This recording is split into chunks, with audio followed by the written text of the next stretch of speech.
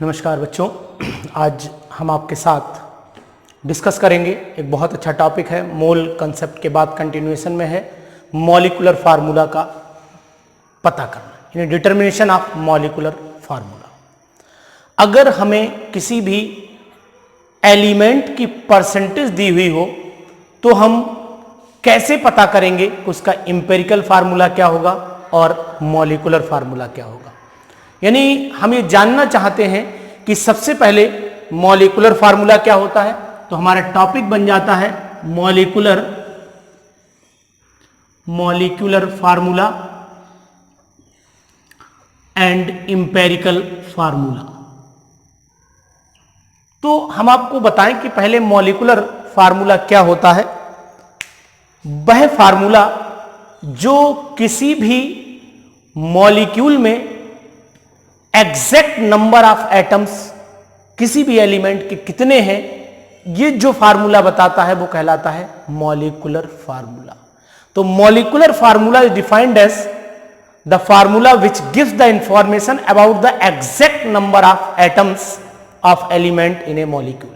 किसी भी मॉलिक्यूल में किसी भी एटम के, किसी भी एलिमेंट के कितने एटम हैं, ये जानकारी देता है मॉलिक्यूलर फार्मूला। जैसे कि अगर ग्लूकोज का मॉलिक्यूलर फार्मूला की बात करें तो ग्लूकोज का मॉलिक्यूलर फार्मूला C6H12O6 होगा। इसी तरीके से अगर हम सुक्रोज के मॉलिक्यूलर फार्मूला की बात करें तो C12H22O11 होगा। इसी तरीके से अगर हम लोग एसिटाइलिन गैस के मॉलिक्यूलर की फार्मूला की बात करें तो फार्मूला होगा C2H2। अगर बेंजीन के मॉलिक्यूलर फार्मूला की बात करें तो होगा C6H6। यानी कि मॉलिक्यूलर फार्मूला ये हमें ग्लूकोज का मॉलिक्यूलर फार्मूला है, इसमें 6 मोल कार्बन है, 12 मोल हाइड्रोजन है, 6 मोल ऑक्सीजन है, यानी एग्जैक्ट नंबर ऑफ एटम्स हमें बता रहा है। तो मॉलिक्यूलर फार्मूला ये बताता है कि कितने एटम्स हैं किसी भी एलिमेंट के एक मॉलिक्यूल के अंदर, वो है मॉलिक्यूलर फार्मूला। इसी को अगर हम आगे बात बढ़ाएं, बात कर लेते हैं एम्पिरिकल फार्मूला की। तो एम्पिरिकल फार्मूला क्या होता है ये भी आपको बताते हैं। एम्पिरिकल फार्मूला किसी भी मॉलिक्यूल में एटम्स का जो होल नंबर रेशियो में सिंपलेस्ट रेशियो निकल के आता है, उसी को बोलते हैं हम लोग एम्पिरिकल फार्मूला। यानी empirical formula is defined as the simplest ratio, whole number ratio, simplest whole number ratio of atoms of element in a molecule. किसी भी मॉलिक्यूल में जो एलिमेंट के एटम्स हैं उनका whole number ratio, simplest ratio क्या होगा, वो बताता है एम्पिरिकल फार्मूला। तो अगर मान लीजिए हम एक तरफ लिख लेते हैं मॉलिक्यूलर फार्मूला, यही लिखे हुए हैं, बेंजीन का मॉलिक्यूलर फार्मूला ये है, तो एम्पिरिकल फार्मूला सिंप्लीफाई कर दीजिए, 6 बन जा यानी कि CH हो जाएगा। इसको सिंप्लीफाई कर दीजिए, ये भी CH हो जाएगा, है ना। इसको सिंप्लीफाई ये नहीं हो पाएगा, ये सिंप्लीफाई 6 बन जा, 6 2 जा एंड 6 बन जा, यानी CH2O बन जाएगा, और ये रह जाएगा C12H22O11। अगर सिंप्लीफाई नहीं होता है तो एज इट इज कॉपी किया जाता है। जैसे कि अगर हम लोग मीथेन की बात करें तो मीथेन का मॉलिक्यूलर फार्मूला भी CH4 है, और एम्पिरिकल इधर हम लोग लिख रहे हैं एम्पिरिकल फार्मूला, तो एम्पिरिकल फार्मूला भी इसका CH4 है। लेकिन अगर ईथीन गैस की बात करें तो ईथीन का C2H2 है, और यहाँ पर C2H4 है, और यहाँ हो जाएगा आपका CH2। सिंप्लीफाई कर लीजिए, इस तरीके से हो जाएगा। तो मॉलिक्यूलर फार्मूला हमें एग्जैक्ट नंबर बताता है, जबकि एम्पिरिकल फार्मूला हमें ये बताता है कि होल नंबर रेशियो एटम्स का क्या है मॉलिक्यूल के अंदर। अब इसी पे बेस हम फार्मूला डिजाइन करते हैं, क्या क्या फार्मूला पॉसिबल हो सकते हैं, दोनों में रिलेशन क्या है एम्पिरिकल फार्मूला और मॉलिक्यूलर फार्मूला में। तो हम लोग देखते हैं, यहां होता है मॉलिक्यूलर फार्मूला, ये ध्यान रखिएगा, लिखते जाइएगा, molecular formula is equal to N into empirical formula. EF मतलब एम्पिरिकल फार्मूला। अब इसे MF भी लिख सकते हैं, तो फार्मूला हमारे सामने तैयार हो जाएगा, MF is equal to N into EF। अब इसी को आगे कंटिन्यूएशन में, ये N क्या है, N रेशियो है molecular mass upon empirical formula मास, यानी ये हमें नंबर ऑफ एटम्स के बारे में बताएगा। तो ये फार्मूले जब आपको याद रहेंगे तो आप आसानी से कैलकुलेशन करेंगे। एक और याद रखिएगा, molecular mass is equal to 2 into vapour density. अगर मॉलिक्यूलर मास ना दिया हो तो वेपर डेंसिटी भी दे रखी हो तो 2 इंटू वेपर डेंसिटी से। तो ये फार्मूला है आपके पास। इन्हीं फार्मूले की मदद से हम लोग कैलकुलेट करेंगे बहुत सारे न्यूमेरिकल्स, और वो न्यूमेरिकल्स होंगे मॉलिक्यूलर फार्मूला और इंपेरिकल फार्मूला कैलकुलेशन के। तो यहां पर मैं पहले एक आपको एग्जाम्पल देता हूं कैसे कैलकुलेट कर देते हैं। मान लीजिए किसी भी एटम, किसी भी कंपाउंड में, ऑर्गेनिक कंपाउंड में कार्बन, हाइड्रोजन, ऑक्सीजन की परसेंटेज गिवन हो और आपको उसका इंपेरिकल फार्मूला निकालना हो। तो अगर कार्बन, हाइड्रोजन की परसेंटेज दी रखी हो और टोटल 100 हो रहा हो तो मतलब ऑक्सीजन नहीं है। लेकिन अगर कार्बन, हाइड्रोजन का टोटल 100 नहीं है तो 100 में से माइनस करिए, रेस्ट ऑक्सीजन जो बचेगी वो निकल के आएगी। तो हम एक डायग्राम आपको बना के दिखाते हैं, उस डायग्राम को ध्यान रखिएगा। सबसे पहले एक टेबल बनाइएगा। इस टेबल में क्या करना है जरा देखते रहिए ध्यान से। इस टेबल में सबसे पहले यहां पर सीरियल नंबर का कॉलम होगा, यहां पर एलिमेंट का कॉलम होगा। एलिमेंट कौन कौन से लिए हैं आपने, एलिमेंट्स। यहां पर उनका एटॉमिक मास की बात करेंगे। एटॉमिक मास जो होगा इसे हम लोग ए से रिप्रेजेंट कर लेते हैं। यहां पर जो परसेंटेज गिवन होगी वो परसेंटेज हो जाएगी। यहां पर relative number of atoms, relative number of atoms कैसे पता लगेंगे, परसेंटेज को डिवाइड कर दीजिएगा ए से और यहां पर आ जाएगा आपका सिंपल रेशियो, ये निकल के आएगा। तो अब मान लेते हैं थोड़ी देर के लिए एक एग्जाम्पल से आपसे बात करते हैं, फिर एक क्वेश्चन बताएंगे।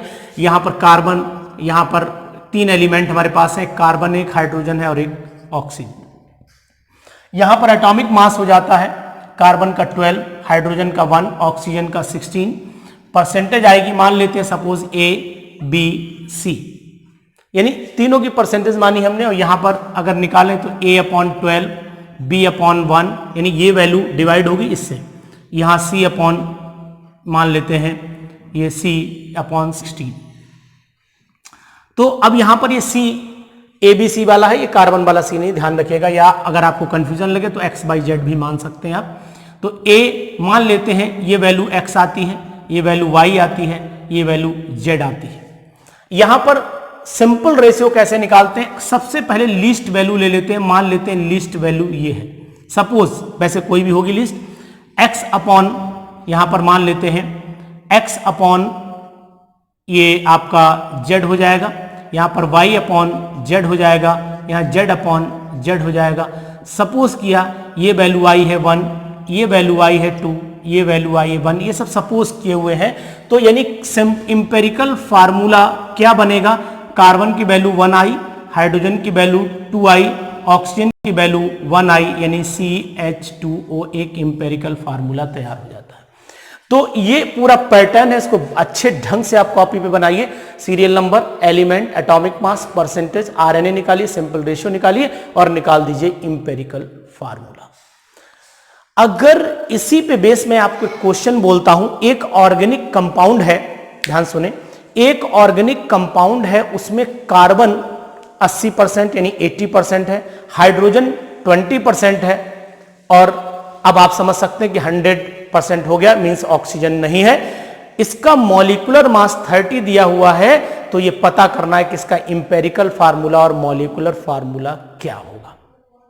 यानी in an organic compound carbon is 80%, hydrogen is 20% and molecular mass is 30, then calculate empirical and molecular formula। तो हमने क्या किया, यहां पर कार्बन, हाइड्रोजन लिया, एटॉमिक मास यही रखें। अब ये परसेंटेज गिवन है, यहां पर हम लोग इसे 80 मान लेते हैं, दी है, ये 20 हो जाएगी। यहां पर डिवीजन कर लीजिए आप, आसानी से डिवाइड भी हो जाएंगे। 80/12 हो जाएगा और ये 20/1 हो जाएगा। अब इसको डिवाइड करके वैल्यू निकाल लीजिए, ये आ जाएगा लगभग 6.6 और ये आ जाएगा 20। इसको लीस्ट वैल्यू यही, तो 6.6 डिवाइडेड बाई 6.6 मीन्स 1 आ जाएगा। 20/6.6 मीन्स ये लगभग आएगा आपका 3। तो अब इंपेरिकल फार्मूला जो निकल के आता है वो इंपेरिकल फार्मूला आएगा C1 और H3 मीन्स CH3। अब इसमें मॉलिक्यूलर मास दिया है तो सबसे पहले n निकालना पड़ेगा। तो हम लोग n कैसे निकालते हैं वो भी देखिए आप। यहां पर n is equal to molecular mass upon empirical formula mass. Molecular mass 30 दिया है, इंपेरिकल फार्मूला मास निकाल दीजिए। 12 + 3 15 हो जाएगा, यानी 2 आ जाएगा। अब यहां पर molecular formula is equal to अभी पढ़ाया n into empirical formula. n की वैल्यू 2 आई और इंपेरिकल फार्मूला CH3 आया, यानी अब आपका C2H6 आसानी से आ जाएगा इसका मॉलिक्यूलर फार्मूला। तो किसी का भी मॉलिक्यूलर फार्मूला अगर आपको निकालना है तो ये तरीका है, ये पैटर्न है। अगर ये मॉलिक्यूलर मास न दिया होता, वेपर डेंसिटी दे रखी होती, तब भी हम कैलकुलेशन कर देते। इसी पे बेस कुछ न्यूमेरिकल्स भी आपके साथ और डिस्कस कर लेते हैं। ये तो एक न्यूमेरिकल था जो मैंने आपके साथ डिस्कस किया। इसका इसी के कंटिन्यूएशन में एक न्यूमेरिकल है। परसेंटेज कार्बन की दे रखी है, एक ऑर्गेनिक कंपाउंड है, उसमें कार्बन की परसेंटेज है 54.24, हाइड्रोजन की 9.05 और रेस्ट ऑफ ऑक्सीजन है। मॉलिक्यूलर मास 88 दिया हुआ है।